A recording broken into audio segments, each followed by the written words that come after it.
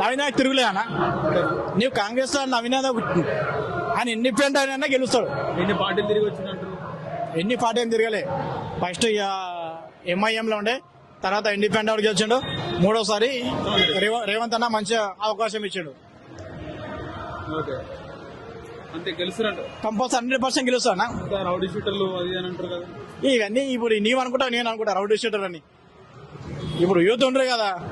Rowdy shooter అయితే first టైంలో 30,000 majority, second list లో వచ్చాడు.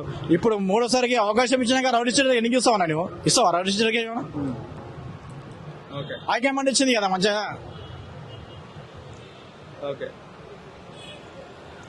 ఇంకా రైట్. నవీన్ యాదవ్ గెలుస్తారు పక్కా. 100% గెలుస్తానా. నవీన్ యాదవ్ అయితే తిరుగులేదు. Thank you.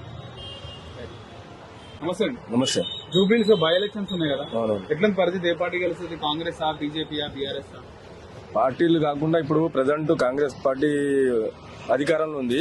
నాకు తెలిసి అధికార పార్టీ అభ్యర్థికి ఓటేస్తే ఇంకా 3 years లో డెవలప్మెంట్స్ అవుతాయి. అప్పుడు జూబ్లీస్ కాన్స్టిట్యూన్సీ మంచి డెవలప్ అవుతుంది నా అభిప్రాయం.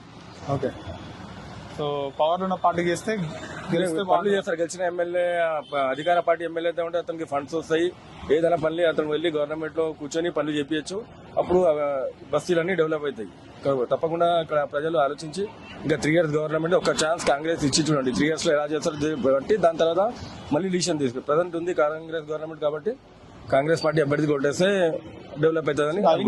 గెలిచి పరిస్థితి నవీన్ యాదవ్ తెలిసి తిరుగుతున్నాయి. ఇక్కడ యూత్ లో అంతా మంచి పేరు ఉంది. ఇతను ఎన్నో సంవత్సరాలకి కొన్ని సేవా కార్యక్రమం చేస్తూ ఉంటాడు.